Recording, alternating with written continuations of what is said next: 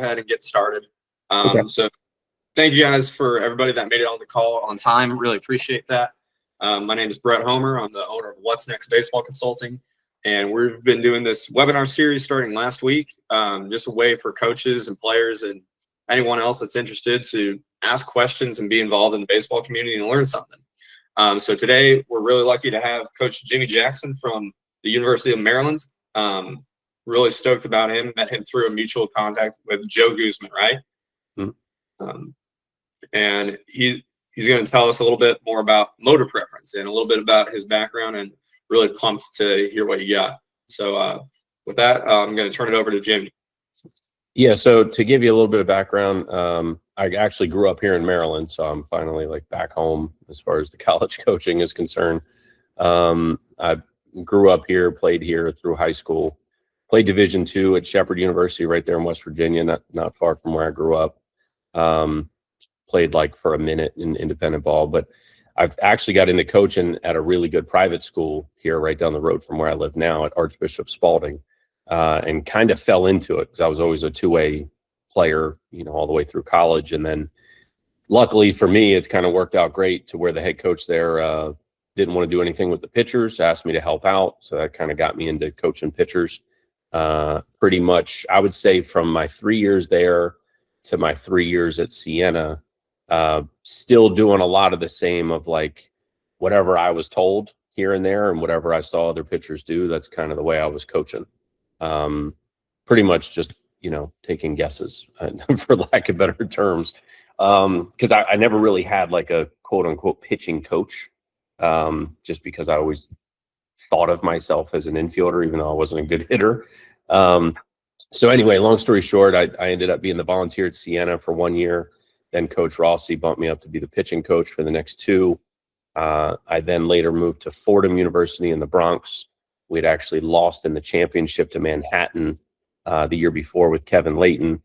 He switched from Manhattan to Fordham, asked me to go with him, which worked out great. And then I was there for 4 years, so his first 4 as the head coach there. Every year, did a little better. I kind of did the same. I was finally getting to the point at an age where I felt a little more comfortable asking questions to other pitching coaches while we were on the road, which I had never really done before. And I know a lot of older coaches always tell young coaches, go out, network, get your name out there, et cetera. I was just never really very good at that. I more so looked at it like, if I'm recruiting, I need to be focused on recruiting. So luckily I started to do that a little bit. That was around the time that plyo balls were starting to be a thing, sort of. It was almost like a hidden thing. Wasn't as much in your face like it is now. Luckily, a pretty good friend of mine on the road mentioned, well, if you're trying to learn more about plyo balls, call this guy Kyle Bodie. He's got this little shop out in Washington. Nobody really knows it, but he's like a genius when it comes to plyos. So I'm like, okay, well, hit this random guy up and hope to God he helps me with this. So that's kind of where that started. Got introduced to some different ways of training there for my last couple years at Fordham. Luckily then Marlon Eikenberry was hired at JMU. He had heard of me through some people he had coached with in years past. We'd never met. He ended up hiring me to go to JMU. I was with him for 8 years. During that time, again, that's where, Driveline, of course, blew up at that point. In the last 10 years, everybody knows what it is. And then, again, like 108 Performance was becoming a thing. Lance Wheeler with the belt, all kinds of things that we were starting to dive into. I was starting to actually get out there a little bit more and learn more of what I didn't know, as opposed to just, again, taking guesses when it came to coaching. So luckily we did fairly well against Maryland in my 8 years there. Matt Swope, who is our head coach right now, he was an assistant there for a long time, worked his way all the way up from the director of ops to volunteer to a paid assistant to the top assistant to associate head coach. And then when Rob Vaughn left to go to Alabama, Swope was like the no-brainer hire for the university. Luckily, he reached out to me about coming here, and that's how I got introduced to MP, which, again, 3 years ago, if you would have asked me what motor preference was, like he did on the phone, I kind of talked in circles a little bit and was like, yeah, I've heard of it. But I'd be lying if I told you I knew what the heck it was. And basically Swope was like, listen, man, if you come here with me, like, this is going to change your life as far as from a coaching perspective. Which seemed a little far-fetched, to be honest. In my mind, I was like, I don't know, man, I've been coaching 20 years and feel like I got a pretty good handle on some stuff. But he was right. So over the last 2.5 years, basically I dove right in and everything just started to click and make sense and started making me think of all those players I had coached in the past that no matter what I did, nothing made them better.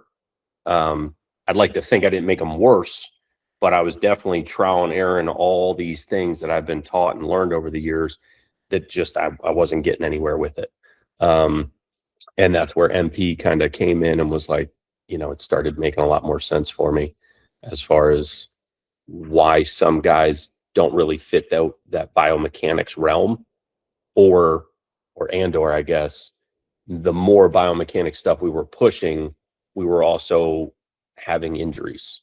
So yes, we were seeing some velo increases and some stuff increases and things like that, but at the same time, we were having just as many injuries as everybody else, which is always not a good sign by any means. Which again, once I got into this MP stuff, was like, okay, now this is making way more sense as to why those guys maybe got hurt. That's awesome. So I guess, could you start from, the beginning of preseason? You guys are starting to evaluate guys. What does that look like from your perspective when you're trying to determine what sort of motor preference they are, how you organize them, how you decide how you're going to work with them?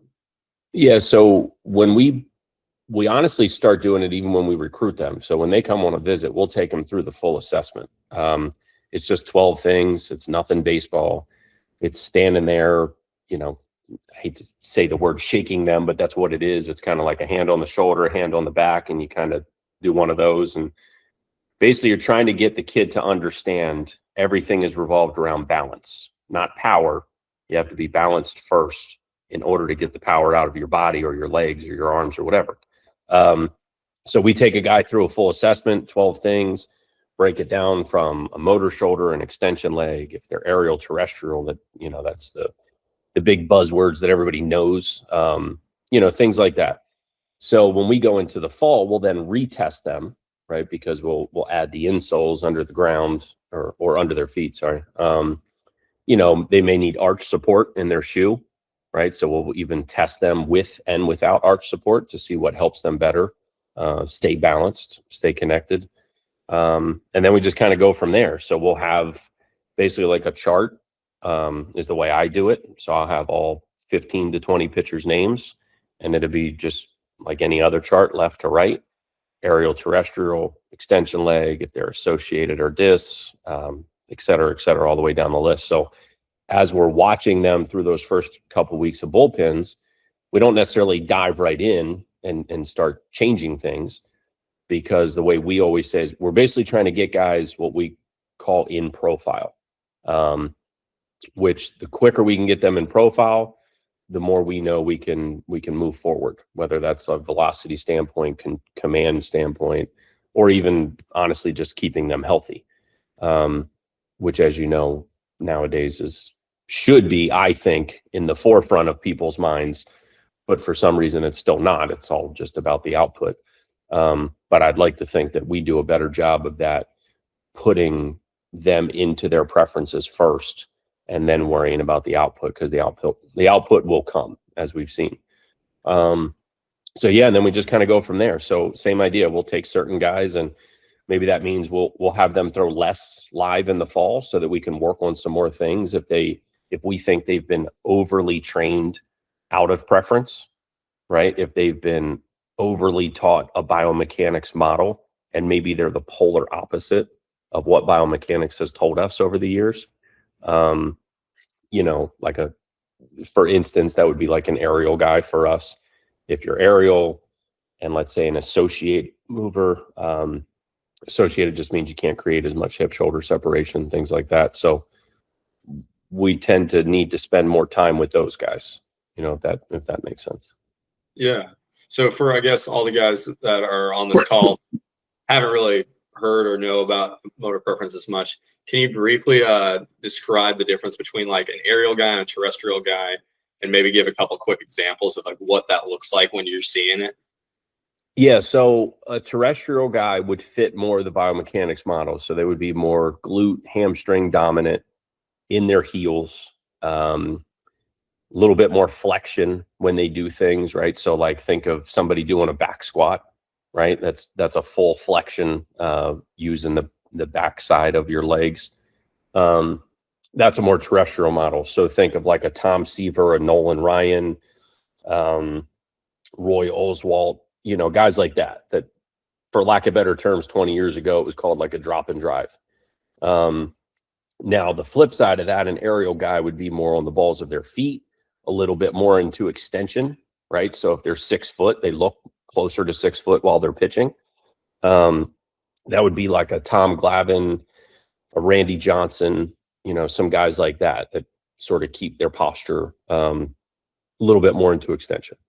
So that's where we kind of first start. Now, the one thing to really keep in mind with this, which is where I think some people get a little biased in the sense of like, how can this be a thing? Because we're still taking somebody and putting them in one or two of these buckets. And then we test something else and you fall into one of these two buckets. But the entire assessment is on basically like a continuum. So you can be crazy aerial like a Randy Johnson, and you can be crazy terrestrial on that side like a Nolan Ryan. But there's also a lot of other things that kind of can put you a little bit more towards the middle, right? So that was one of the things that I honestly had to really fully grasp after that first year or two of I was thinking of it in extremes as well. But again, so you take somebody like a Randy Johnson, we know for a fact he's aerial. He wanted his COG to be over his toes. If you ever, remember watching him throw, his head was always like slightly forward towards his toes. He kept, however tall he was, 6'10" or something crazy like that. He was basically 6'10" when he was throwing, all those things. So I was thinking, oh, if that's an aerial guy, like they all need to be upright. They need to be super bouncy and up tall, etc. And then what I kept learning as I went through all the MP stuff was like, okay, well, if he happens to be a front leg flexion guy, he's not going to lead leg block the way we thought everybody should lead leg block over the last 10 years of biomechanics. It can actually be bent, at foot strike and stay bent. And if that's the case, he's probably going to get down the mound further, which means he's going to have some flexion in his back leg. So he's going to look in the middle. It's going to look, well, I thought he was aerial, so why is he getting so deep? It's like, well, yeah, he didn't get deep and then push. He just gradually got deep into the ground as he went down the mound, right? So that's kind of somebody on that continuum, which we have plenty of those guys on our team. So that's kind of like the idea behind aerial and terrestrial. But again, that's where it gets super confusing, to be honest, as far as like everything being on that continuum. There's certain things like once we test out and find out what their motor shoulder is, right? It's basically like the way we call it is like the driver of your upper body. So we all know from a pitching standpoint, when I was little, the big thing was reach through the target, right? Get that, I'm a righty, so get that right hand as far through the glove as you possibly can. And that always seemed to work for me. But then by the time I was getting into high school, there was a big, basically influx of coaches talking about keeping that glove arm here and then just go and get it. So like, go get it that way, which always felt a little odd to me. Then for a while, it was rip that front glove down, right? So we used to get told, I think it was around the time I was in high school, was like, take that lead elbow and pull it back, like really slam it back. That threw me off like crazy. So just from being a baseball kid and not really ever having a coach force me to do anything, they were just telling me things. Luckily, I had enough sense to be like, okay, that feels like crap because I'm not throwing strikes. I'm just not going to think of it.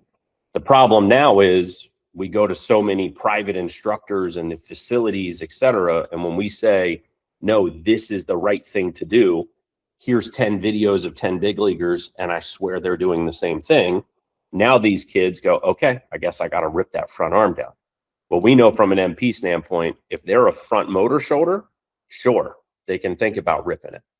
But if they're a back motor shoulder, you're telling them something that's going to get them off sequence, right? And as opposed to, again, going back 4 or 5 years ago, I might use that cue, and then after a couple weeks of trying it, see that things aren't working, and then at least have enough common sense to say, okay, never mind, that's a bad cue for you.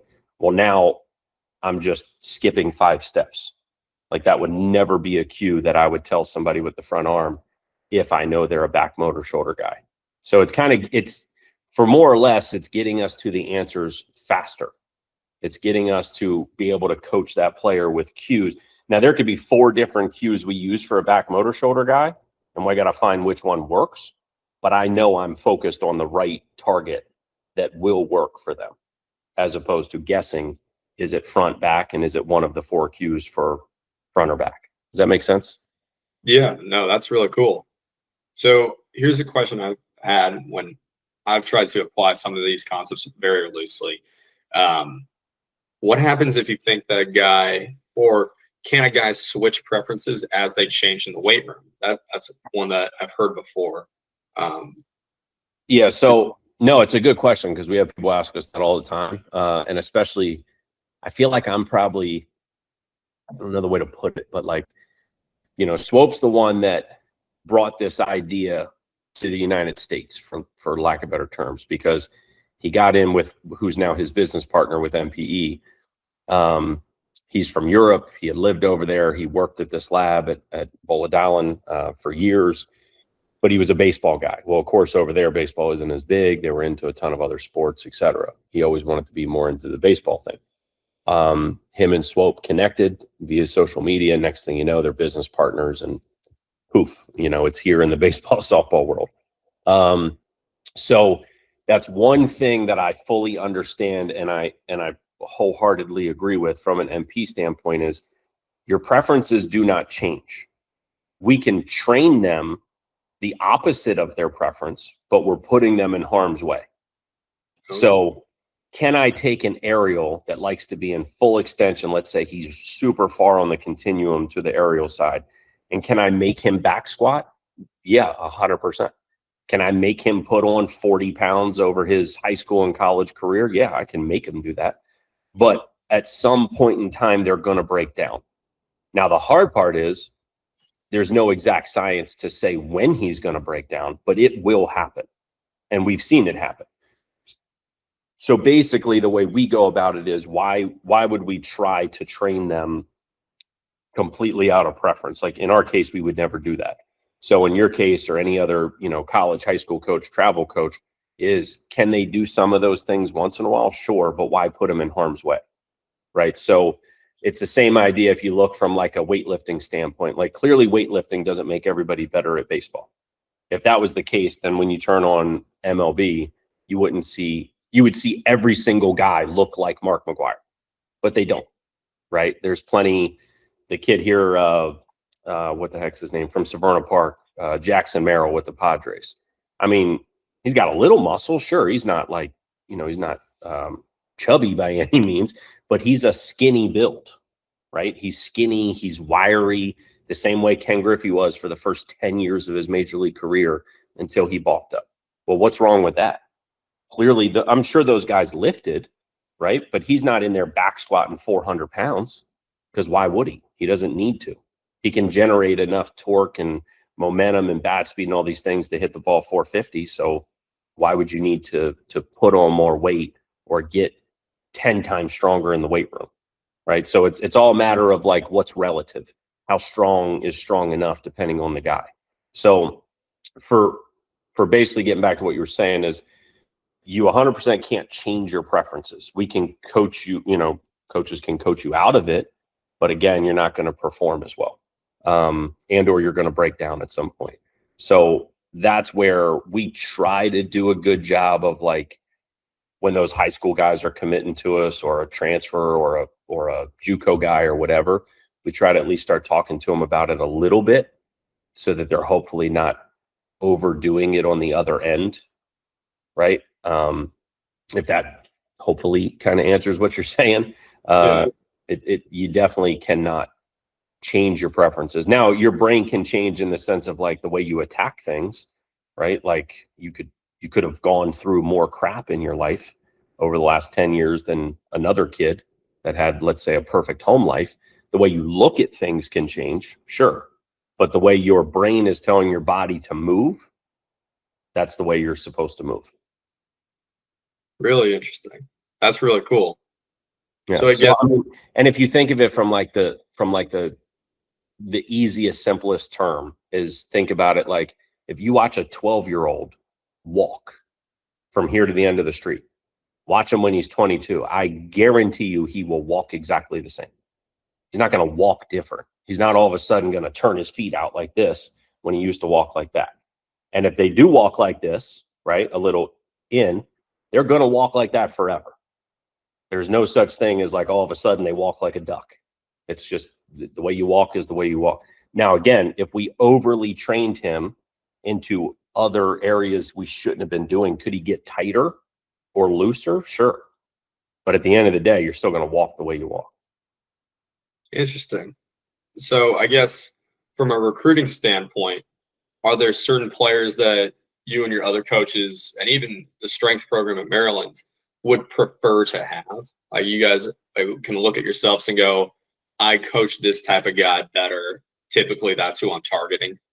I think when it comes to the transfer portal, we can explain to guys how much we're going to coach them, in our opinions, better than others if they do not fit the biomechanics model. So if they're an associated mover, meaning they can't create more than 30 degrees of hip-shoulder separation or their sequence is off and or we're putting them in harm's way, an associated guy and or an aerial guy, which we know, I guarantee you 295 out of the 300 Division I's aren't coaching those guys correctly. They may leave them alone, right, because they don't want to mess something up and it's already working, but they're not continuously coaching them to improve them. They're more so like hands off with those guys.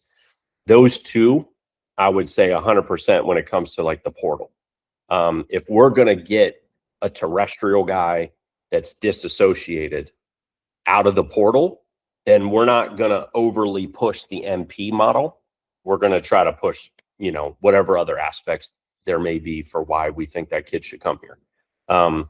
Because to be honest, you could put those guys in 250 of the 300 Division I programs, and they're going to be coached basically the same because they fit the biomechanics model.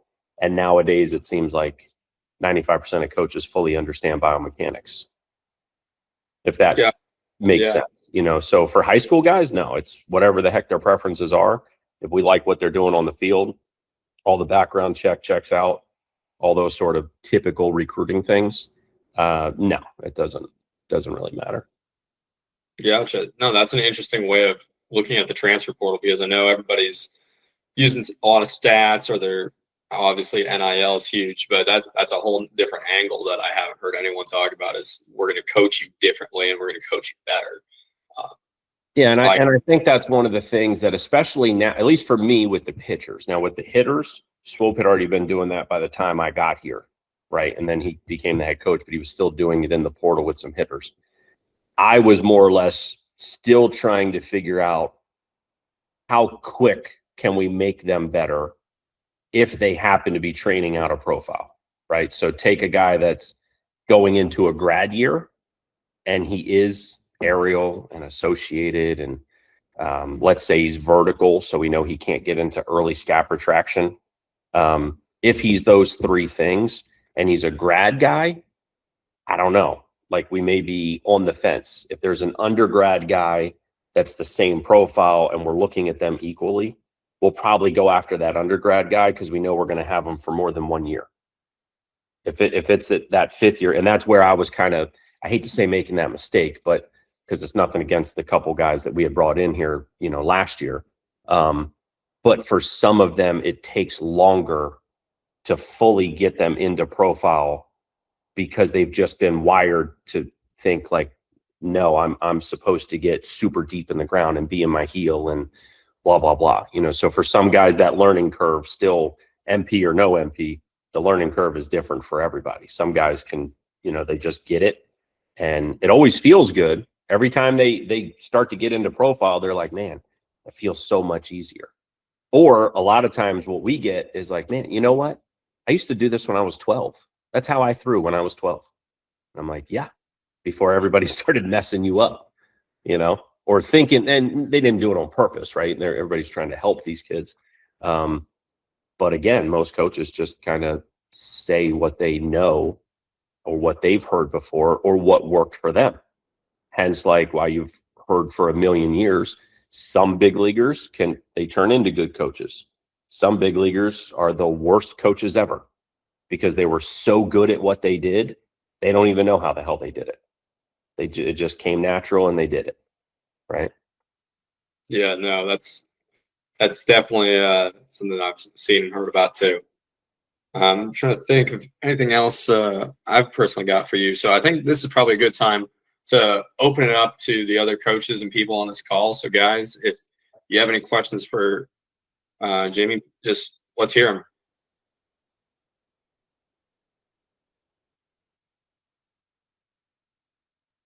Let's see.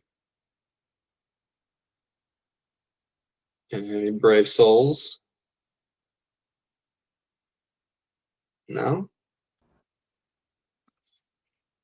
Yeah, I got a question.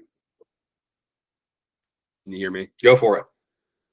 I was just curious, like a simple explanation of the difference between front motor shoulder and back motor shoulder. Yeah, so basically think of it like the driver of your upper body. You're gonna have, so I'm sure everybody on here knows, like when you do T-spine rotation, right? When you do like range of motion testing, you put like the PVC pipe across your chest. They'll go like this. They'll be sitting like on a stool like I'm sitting, and they'll turn, right? And the whole point is like keep your hips still, and then you turn the other way. You always turn further one way than you do the other. Well, we know from a motor shoulder standpoint, you're going to have more rotation away from that shoulder. So like for me, I'm a right motor shoulder. I'm going to be able to rotate just a little further this way without moving my hips. And then when I go this way, I'm going to get stuck just a little sooner. So for instance, if I'm a right-handed hitter and I'm a back motor shoulder, if I try to coil too much with my shoulders, I'm putting myself out of profile right away. It's going to be harder for me to get back to where I want to go. So hence, like, think of a hitter with a super long finish and then guys that kind of cut it off, right? Like a Chase Utley used to really cut it off. A kid we had at JMU who's in the big leagues now with the Guardians, Chase DeLauder. He damn near looks like he's stopping his swing. Well, the ball still went 500 feet. And we're like, I don't know how the hell he's doing that. Like once he impacted the ball, it was like a quarter of a turn more and he was done. Well, that's because he was a front motor shoulder lefty. So he can't go any further.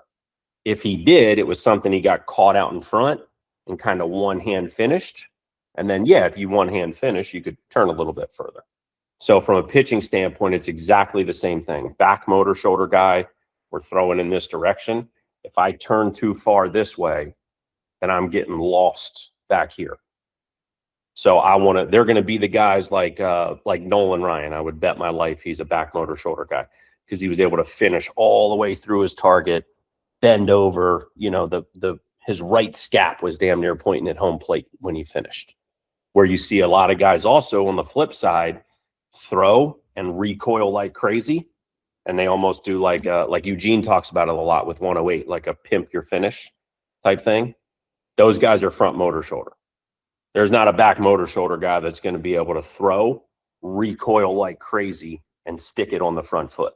That's going to feel horrible for them, right? And or you're going to see something off from a sequence standpoint. So I would think of the motor shoulder more from a rotation standpoint, right? And or the cue standpoint. So if you're looking at somebody and they're a front motor shoulder and let's say you're trying to get them closed a little more, they're going to coil closed a little more and then be able to hold it longer.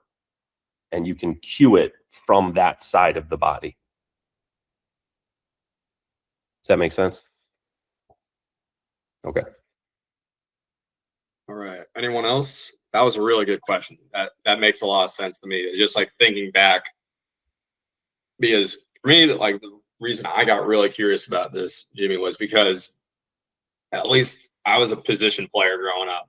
Like I got into throwing, kind of this weird circle after baseball for me, but I always could hit, especially in golf, better than I could in baseball for some reason.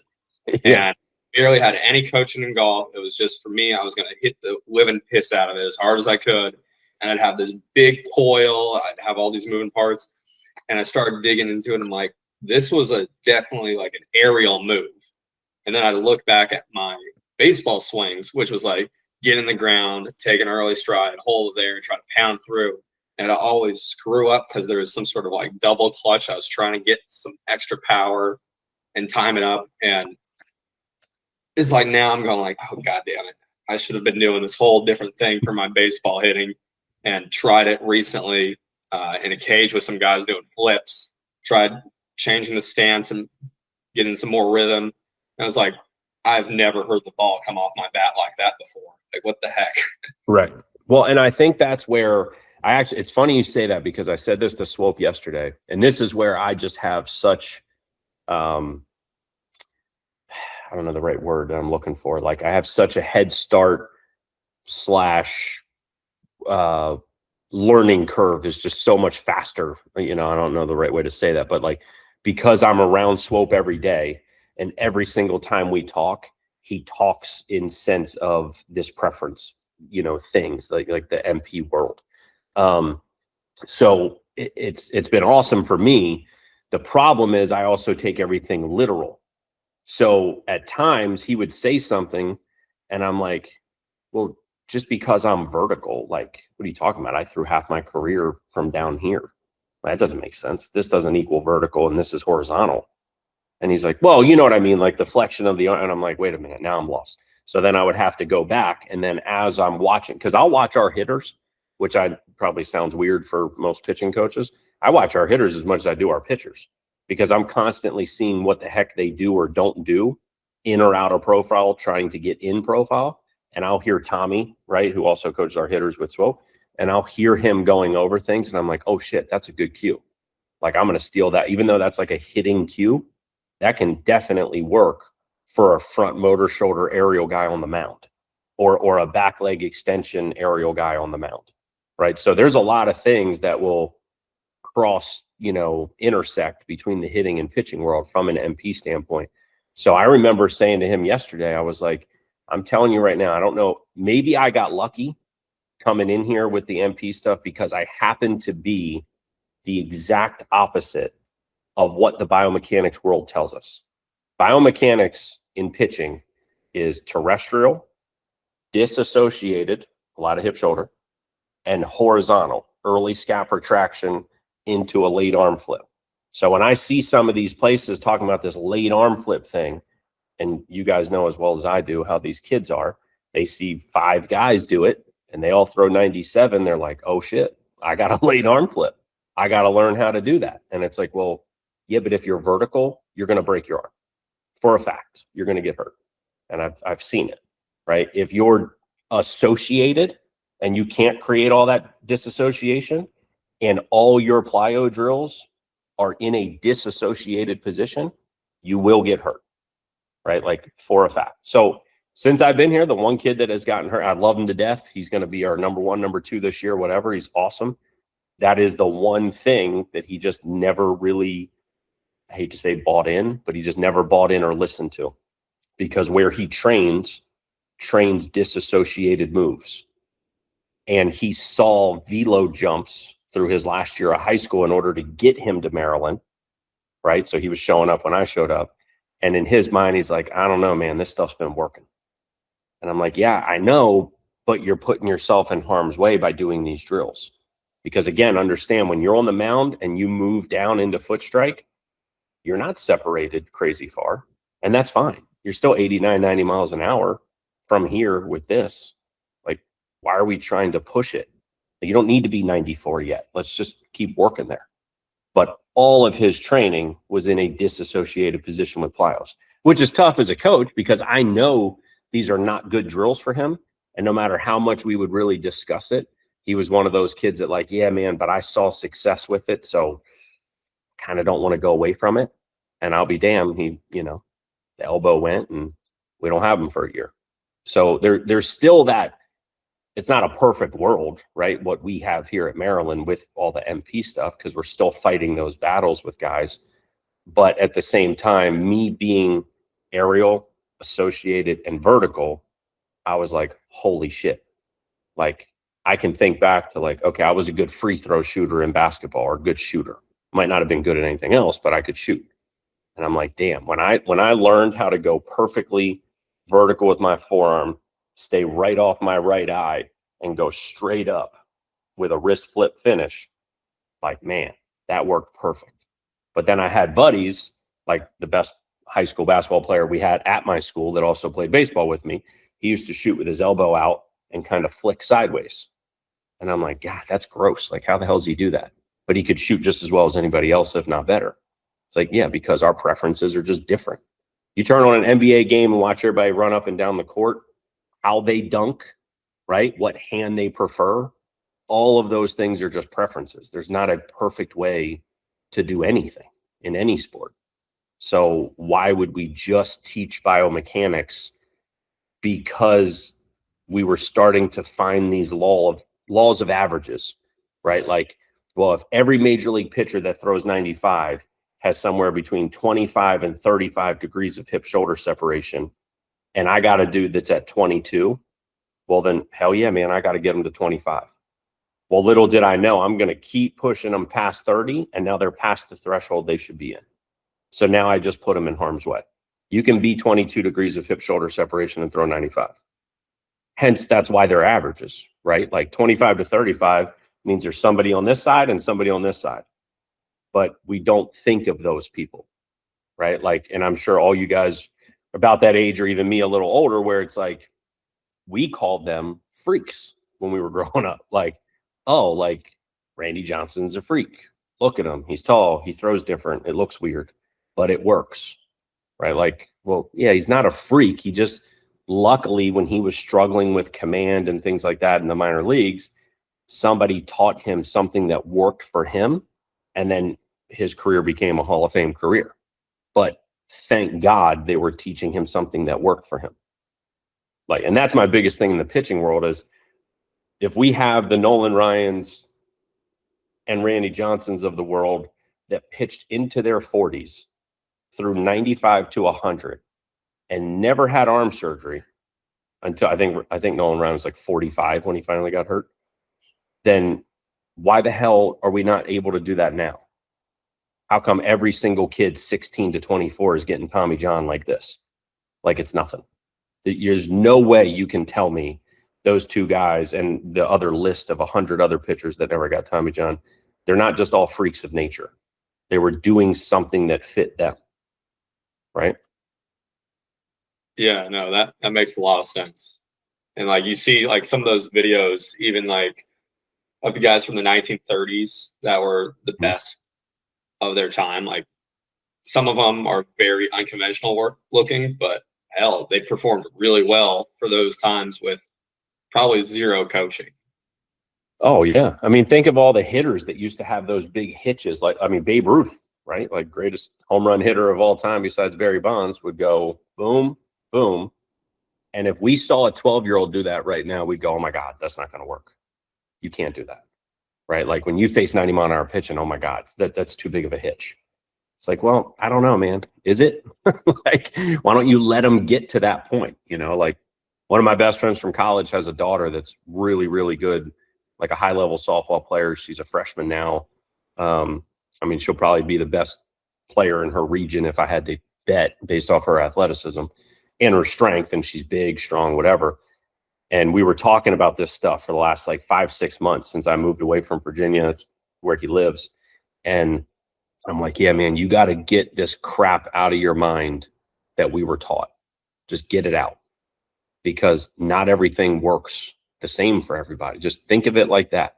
Like if she's performing and she's healthy leave her alone. Like, honestly, just be quiet. Let her keep crushing the ball. Stops over evaluating her swing and like, I don't know, it looked a little pushy right there. Well, she hit a double and she's facing seniors and she's afraid. Just, think of it common sense. Just be quiet, and it was funny because he brought her up. We went through a whole assessment, just as like a friend. And I was like, hey, man, don't get me wrong. I've never worked with a softball player in my life. I said, but preferences are preferences. Like, it is what it is. Softball, baseball, golf, like you said, doesn't matter. So if she's doing things at a high level, could we make little tweaks here and there? Yeah, of course. But like, there's some things that she's doing that are special for her age that she's already able to accomplish. So stop worrying about what you think may happen 4 years from now. If you know she's healthy doing it the way she's doing it, like, basically calm down a little bit, let it be, because like you said, from a golf standpoint, I'm telling you, you can learn a lot. Like, if you take all your players and ask them to video themselves doing some other sport, right? Even if it's not their main sport, shoot a basketball, throw a football, swing a golf club. I've asked recruits, like, hey man, do you got video of yourself? Because a lot of baseball players, like, they like golf for whatever reason, and they'll video themselves for fun, just to put it on social media or show their buddies or whatever. And I've had recruits be like, oh yeah, I got my golf swing on video. I mean, I never played organized golf, but I got some videos. I'm like, yeah, man, send it over. And I'll be damned if they're trying to pitch very terrestrial and you see them in their golf swing, stand nice and tall, stay tall the whole time, like damn near on their toes. And it's like, well, hey, you hit a golf ball pretty well. You rotate pretty damn fast. Why aren't you sitting in the ground? Like, why not? And that's where their head starts spinning like, oh shit, maybe I can rotate fast like this, Yeah, I think that's this follow up to that would be, I know you were talking earlier about how you were going to watch you guys hitters. Do you guys have any two-way guys at Maryland that you? Yeah, so we had a kid wanting to do it last year. He pitched for a little bit, like he pitched through the fall. We have a kid now. The problem was he got partial reconstruction coming out of high school. He was like our highest ranked recruit or whatever. He's a left-handed pitcher, but the funny thing is he hurt his UCL dunking a basketball, not throwing a baseball. I mean, he is perfectly in profile when he throws, like he shouldn't get hurt. But anyway, he got hurt doing that. So he will be a two-way for us. And again, it's funny because if you watch the kid swing in high school, every single scout when I was at his games would be like, man, you guys going to let him hit? Like, I know he's special on the mound, but you guys are going to let him swing it, right? And it's like, hell yeah, we're going to let him swing it. I mean, he's facing other draft picks in high school and hitting doubles and home runs off of them. And he doesn't practice hitting. He just goes and hits. So it's like, yeah, I mean, we're going to let him do it. And you can definitely, I'm assuming what you're getting at is like, you can definitely see the similarities between them on the mound and in the batter's box. The funny thing is, if you see somebody that flips sides, right? So if they're a righty thrower, lefty hitter, you'll see some different. If they're really good at both, you'll see differences. It's like most of the best switch hitters in the world. There's some tiny differences between the righty and lefty swing because everything gets flipped, right? Their extension leg is now in the back as opposed to the front. Their motor shoulder's in the front as opposed to the back. You're going to see, like, you take Adley Rushman, righty and lefty, and watch his finish. He has two completely different finishes. Now, he struggled off and on because I think he's trying to mirror his swing perfectly, which is not smart. But his finish, crazy long one way, super short when he turns the other way because the motor shoulder switched. That's really interesting. Yeah. Because I've noticed, like, I know some kids when I'm training youth pitchers, their dominant hitting side is usually better if I put them through like a med ball drill or just rotation, because hitting, you just get a lot more reps than throwing. But then they'll struggle with rotation on that throwing side. But Right. that's a really interesting point that you're making, that it's a different way of moving completely. There's a different motor shoulder involved. Yeah. And the extension leg is very, very important. Like, especially from a pitching standpoint, so important. I don't think, if you're looking at it from like a simplistic form, is you shouldn't have to overcoach a lead leg block. And there for a while, I was doing everything everybody else was, which was like, man, if this kid just blocked better, God, he'd be so much better. And then it's like, well, wait a minute. What if he can't? What if he shouldn't? And then you start watching older videos again. And I hate to always go back to Nolan Ryan, but he was, as good as they get. And it's like, well, he didn't lead leg block. He didn't straighten out his front leg at finish. Like, why the hell didn't he do it? And he threw hard and he threw straight. You know what I mean? So it was like, I don't know. Again, you just chalk it up to like, nah, he was just different. It's like, no, because he was a back leg extension guy. That's why his stride was so damn long. And his front leg was his flexion leg. So as long as it's stable, at the end of the day, you just have to have a stable point to rotate around. It doesn't mean your leg has to be straightened out, right? It's just got to be stuck and stable, right? Firm, whatever. That's why, again, I completely disagree with people when they say it's a strength thing. It's not a strength thing. Like, go back and watch Pedro Martinez when he came up in the big leagues. That dude was this big around. Tell me he was strong. Like, kiss my ass. He wasn't strong. Like, he was straight moving from another country where they do not lift weights, especially back then. They do not touch weights. They just throw the piss out of the ball. And he was able to lead leg block perfectly, full lockout, and rotate around it and throw 97. So what do you mean it's a strength thing? It's not a strength thing. It's a sequencing thing. And either your body's supposed to do it that way or it's supposed to do it another way. That's interesting. That's really interesting. Now you got me really thinking, because for a while I worked down in the DR and you see all these different body types. Do you think that is the body type connected to the motor preference by chance, or that just happened to line up?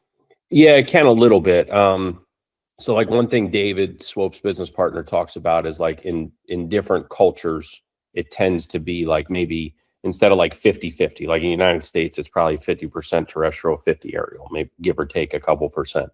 You can find like maybe in Africa, it's more 70-30. Maybe in the DR, it's more 60-40. It just depends on where they're coming from. But I don't think it's anything in the sense of like, think of it from a body type standpoint. And that's where some people get confused a little bit with MP, is like more aerial guys are going to be like more twitchy, bouncy, thinner side of things, right? Terrestrial, you can be a little bulkier, a little thicker, but at the end of the day, you can still have broad shoulders and wide hips and be aerial for sure. Like Chase DeLauder, prime example, broad shoulders, wide ass hips, continuously got taller, wider, and stronger throughout college. But we got to a point where he started having injuries, and like weird injuries. Broke his foot sprinting around the bases, right? Didn't roll nothing, just broke the damn bone like a sprinter's break. Then he goes to the Guardians. He starts having a hip issue, starts having this, starts having that. And basically the whole reason why he wasn't up in the big leagues all last year, he just hasn't stayed healthy yet. So finally got him to come down here and was like, listen, man, you got to understand this. Like, you've raked your entire life barely being coached. Every scout chalked your swing up to like different. Don't know why it looks so weird, but it works. So you still went in the first round because you produced. But now you're with an organization that does a lot of work, a lot of data collecting and science, et cetera, and they're trying to tell you things that may not fit you, right? So it was cool because he goes, okay, so let me ask him. He goes, if I'm understanding this right, he goes, my jumps, which he was always the highest on our team, of course, at JMU, my jumps and my force in the ground on the force plates has gone up immensely over the last year and a half. But my exit velos and my distances are still the same. And I'm like, yeah, exactly. Which is just wasted strength. Like, now you're getting too strong. The shit does not equate to baseball. You already hit the ball 500 feet. You already swung in the top 1%. from a bat speed and an exit velo standpoint in the major leagues, even though you're not there yet. So why do you need to get bigger and stronger? You don't. You need to actually slim down, because when you used to be 230, he's like 6'4", 6'5". When you used to be 230, you were healthy as a horse. You still hit the ball just as far and just as hard. So now you're getting past that threshold. So like his big thing that he said was like when he had this hip groin area, I forget what it was, he tore something and he had to have surgery last year. He goes, they told me I was torquing too fast. And I'm like, well, what do you mean you're torquing too fast? He's like, my rotation, like I was rotating too fast. I'm like, okay, well, here's my question. Think of it like common sense, right? So act like they didn't say it to you and they said it to somebody else, right? So you don't take offense to it. Do you think you rotate faster than Barry Bonds? And he was like, well, come on, man. Of course not. I said, okay, well, Barry Bonds never had that injury. So why do you have that injury? There's no such thing. What are you talking? Like, that's a made up thing for a data scientist to say. That's just not like they're just making shit up. Just get a little slimmer, keep your strength where it's at, and you'll be healthy. Like if you're healthy, you're a big leaguer for the next 15 years, you're an all-star. It's health. It's not strength. It's like you're already fast as shit. The kid was running a 6'4", and he was 6'4", 230 in college. Like that shit's not normal. Just do that. You know, like you don't need to be 240 and 245 because now you have too much weight being pressed in the ground, but you're aerial. So you're too heavy. It's as simple as that. You've gotten too big. So it's good because that's what he's basically been doing this whole offseason is trying to get back, which again, I mean, for all of us on this, wish to God I was 6'4", 240 and, you know, chiseled like he is. It ain't like he's got fat on him. I mean, he's all muscle. But again, that's where it gets a little tricky. And I'm sure for all the coaches, right, thinking of these things is that's still the thing that we don't know for sure yet with any of the preference stuff is like what is too strong and what's not strong enough. We're just trying to take a different approach, especially now that we've had our strength coach for a couple years with us, is, hey man, don't overthink the weight room, right? Like don't think bigger, stronger equals better. If it's not helping their performance on the field, then it's doing nothing. And it's as simple as that. So yes, we can read all these stories and look at all these pictures of these guys that are chiseled and whatever, but there's an awful lot of big leaguers that aren't. More often than not, they are not, right? Like the Guardians just paid $200 million to their second baseman. I wouldn't say he's in the best shape of everybody, right? But the dude produces and he's healthy. So you need a little bit of each side of things, you know? Yeah. No, I think that's a great way of putting it. Like it definitely is a whole different way of looking at it, especially seeing like, I don't know what else to say, but it's different. It's really kind of cool. And it kind of makes sense looking back at like thinking about some of the guys I played with or saw. It's like, why was this guy so good? Why was this guy not as good as we thought? It definitely brings up more questions, which is awesome. Yeah. Anybody else have any other questions? Is there anybody on the call that has started to implement like motor preference stuff with their guys or like even do the testing and things? We haven't really started doing any sort of testing or anything. I guess one of the questions I had that just dawned on me right now was as far as supinating and pronating goes, is that some that you guys evaluate in that motor preference test? Yeah. And honestly, it's probably the easiest test of all of them. We just tell a guy to get into a split stance and put their arms out straight like this, like in a neutral position with their wrists. We stand on the other side, we grab their wrists, and we try to push them back, right? So in a neutral position, everybody's going to be pretty strong. And then we go, okay, go into full pronation, right? Thumbs down, and then push them back. And then we go full supination, palms up, and push them back. In the supinate or pronate position, they're going to be weaker. Some guys, you'll push them right back. I mean, like it's freaky looking. Just rotating their arms one way or the other, weak as shit, boom, strong as hell. And it's like, That's usually when they, most of these kids are like, holy shit, what, like, why did that change my strength? Because I'm in a split stance. I haven't moved. The thing with supinate and pronate from a pitching standpoint, it doesn't tell us what they can and cannot do. It tells us how we can have a better chance to keep them healthy. So if they're stronger in pronation, if they're stronger in pronation, it doesn't mean they can't spin the shit out of a curveball or a slider. It just means if we try to throw 60, 70% breaking balls, we're putting them in harm's way because they feel stronger. They're more balanced in pronation. And then the flip side, of course, right? If they're a supinator and let's say they got a sick changeup that they can turn over because some guys can manipulate their wrists like crazy. Well, if we bring that kid out of the pen and we're throwing him every other day out of the bullpen, right? In our case, Friday, Sunday, Tuesday, Friday, Sunday, Tuesday, and he's 70% changeups just because it's an elite pitch, we're putting him in harm's way. Does that make sense? Yeah, that makes Yes, sense. absolutely. Okay. Sorry. Yeah, no. And I think that's the thing too. It's cool because with hitters, I've seen Swope, even like with kids at camp, they'll test them real quick to be like, I swear by watching him, I'm pretty sure he's a supinator, right? And let's say he's a righty and he'll go, hey man, just do something for me real quick. At contact, try to roll that bottom wrist. Like hit a hard ass ground ball to the shortstop, not a chopper, just hit a hard ground ball to the shortstop and roll that wrist right at contact. And I shit you not, every time he does it, if the kid's halfway decent already, he starts hitting line drives in the gap. And the kid's like, shit, I'm trying to hit a ground ball. And he's like, yeah, but look what just happened. Because you're thinking, roll the bottom wrist, you're forcing that supination with the bottom hand, you're actually leveling out your bat. So now you're level at impact. Because before you were like, I'm sure like you guys have heard, you're dumping the barrel because you're trying to stay flat this way, but that's pushy. And if you're a supinator, you should roll it. So he always uses like Barry Bonds as the example of like supinate the bottom hand at finish no higher than the front shoulder.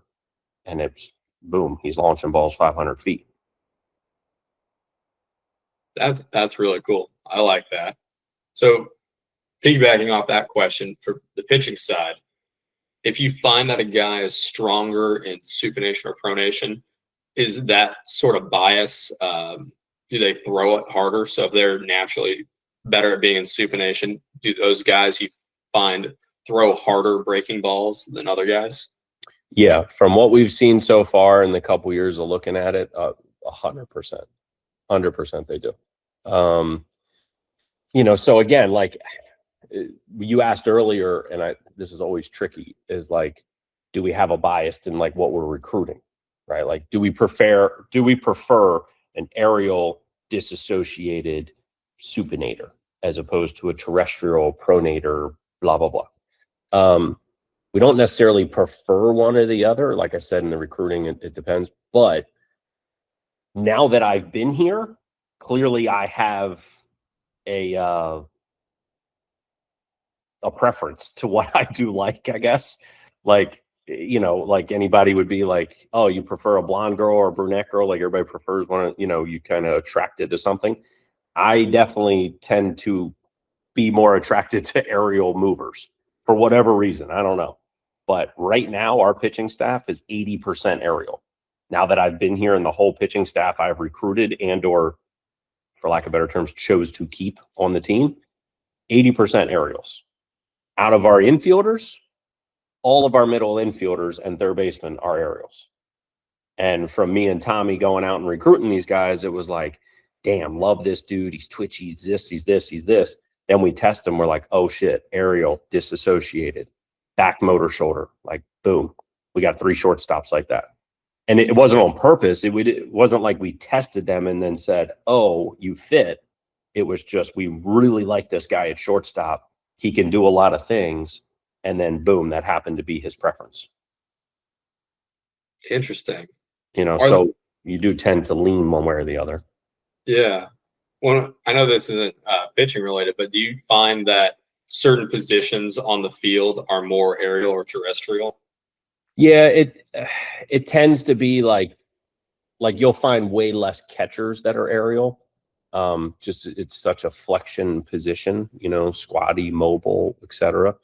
Again, like not all aerials are horrible with mobility, but most are. Most lack mobility. Most would take a test, for ankle, hip, T-spine, blah, blah, blah, all that mobility stuff. They would test bad in most areas because they're aerial, especially if they're on that far side of the spectrum. You're typically not going to have those guys behind the plate. Doesn't mean you can't have an aerial catch, but there's a good chance if he's good behind the plate, he's not like super far to that side of being aerial. First baseman, I think it kind of is what it is. Same with corner, outfield, whatever. But usually your guys up the middle tend to be more aerial. They're just a little twitchier, I guess, for lack of better terms. Now, again, doesn't mean you can't be. Like I think here they had it was before I got here when I was coaching against Maryland. It was 3 or 4 shortstops in a row. I want to say 4 that were all draft picks, 4 in a row. And one, of course, is Shaw, who's in the big leagues with the Cubs now. One is in AAA the last couple of years, Cow's. Kevin Smith, who just retired, was in the big leagues in and out for 8 years. And somebody before him, I'm losing the name. Anyway, out of those 4, only one was terrestrial, or one is terrestrial. The other 3 were aerial guys. So again, it doesn't mean they can't. I mean, one of them's just as elite as the rest. It just does tend to be that way a little bit. Seems to be that way a little bit. If they are terrestrial, they seem to move more to the corners for whatever that reason may be. Yeah. So yeah, I know that's not like an exact answer, but it does seem to be that way a little bit. That's interesting. That's really interesting.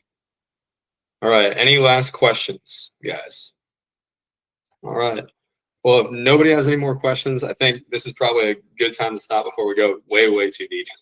But thank you guys all for coming on the call. This was great. Awesome way to start the morning. We'll be doing this again in 2 weeks with Coach Jason Staub from Pomona Pitzer. And we're going to try to keep this going, keep this growing. Love everybody getting on the call together. If you have any questions or want to rewatch this, I will be posting this to YouTube. So I'll kind of edit out a little bit of the tail end and beginning. But other than that, thank you guys for jumping on. Thank you, Jimmy. Really awesome stuff this morning. Thank you. Yes, sir. Thank you.